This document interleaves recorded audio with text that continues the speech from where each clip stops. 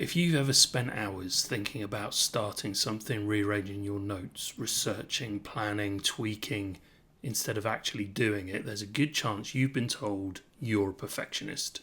And the problem is, I don't actually think perfectionism is what's causing your procrastination. In fact, I think perfectionism is covering up something much deeper. And once you see what it is, you'll understand why all the usual advice about lowering your standards or just starting never really works. Today, I want to show you something that completely changed how I think about procrastination, because for years I believed exactly what everyone else believes, that perfectionism causes procrastination. It sounds logical, it sounds scientific, it's repeated everywhere. But once I started digging into the research, I realized something surprising. Perfectionism isn't actually driving the behavior, it's just the costume. Underneath it is something much more powerful. And once you learn to spot that, you stop trying to fix the wrong problem. So let's start with the explanation almost everyone has heard.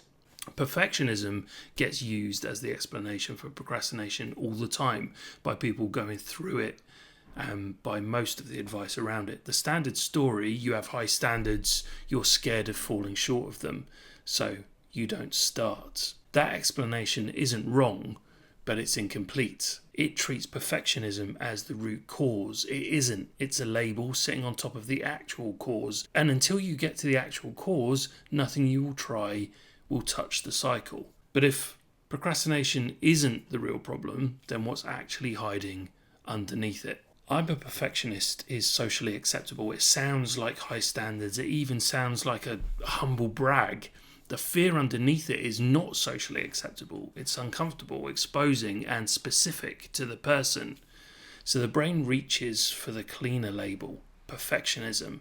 It protects you from having to say the harder thing. Research backs this up. A 2022 peer-reviewed study found that fear of failure fully mediates the link between perfectionism and procrastination.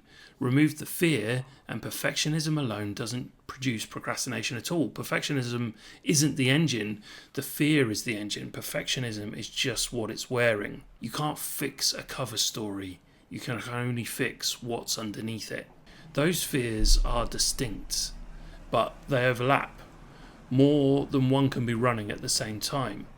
Fear of failure, the most disgust. But notice what's really at stake. It's rarely just the task failing, it's what the failure proves about you.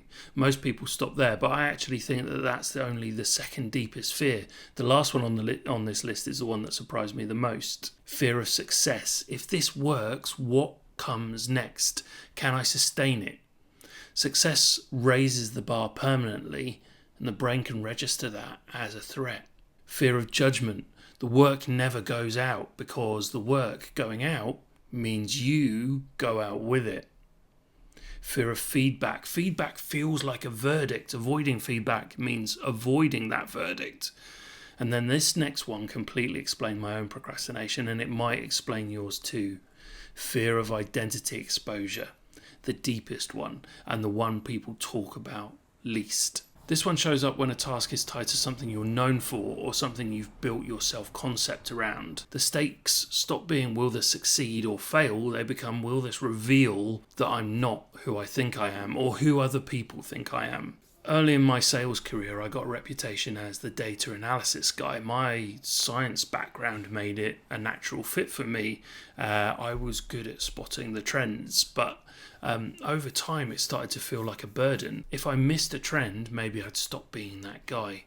So I started hesitating on data analysis tasks. The thing I was best at became the thing I avoided most. The avoidance wasn't perfectionism, it was self-protection. When identity is on the line, the brain treats the task as a survival threat, not a job to be done.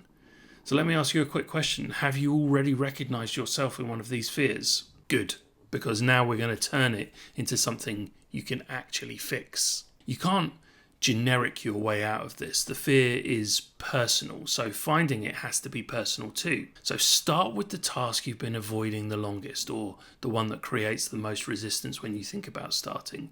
These are the two questions I now ask every coaching client. They almost always uncover the real problem in under 2 minutes.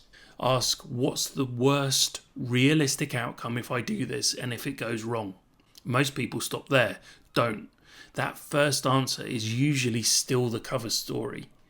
Ask again, and if that happened, what would it mean about me? That second answer is almost always much closer to the real fear. It would mean I'm not as capable as I've been telling myself, or the thing I've built my reputation on isn't solid.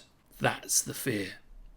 Name it out loud or write it down. The act of naming it strips it of some of its power. Not all of it, but enough to move. Finding the fear is useful, but if that's all you do, nothing changes. Here's what you do next. Once you've named the fear, the goal is not to eliminate it. Fear doesn't disappear on command. The goal is to stop letting it make the decision. So the first move is the task reframe. The task as currently framed is loaded with identity stakes. That's why it feels immovable. Reframe it so the outcome is no longer a verdict on who you are. Instead of write the report, demonstrate I'm competent, confirm my identity, reframe it as put the words on a page I can work with tomorrow. The reframe removes the identity stakes from the immediate action. You're not proving anything, you're just doing a small, bounded thing. The fear doesn't disappear, but it no longer has a target to latch onto. This is the part most people get wrong. They think they have to remove the fear before they start. They don't. The second move is the 15-minute momentum sprint. Set a 15-minute window. The only goal is to start, not to finish, not to produce something good, just to start. This works because the fear of a task is almost always worse than the experience of doing it. The brain's threat response fires before the task begins, not during it. Once you're inside the task, the identity threat fades, you're just working. The 15-minute sprint uses that window, the gap between starting and the fear reasserting, to build evidence that you can do this. Over time, that evidence accumulates and the fear loses its grip. So let's put the whole thing together, because this cycle is much simpler than it first appears. Perfectionism isn't your problem, fear is, and fear only stays in charge while it stays unnamed.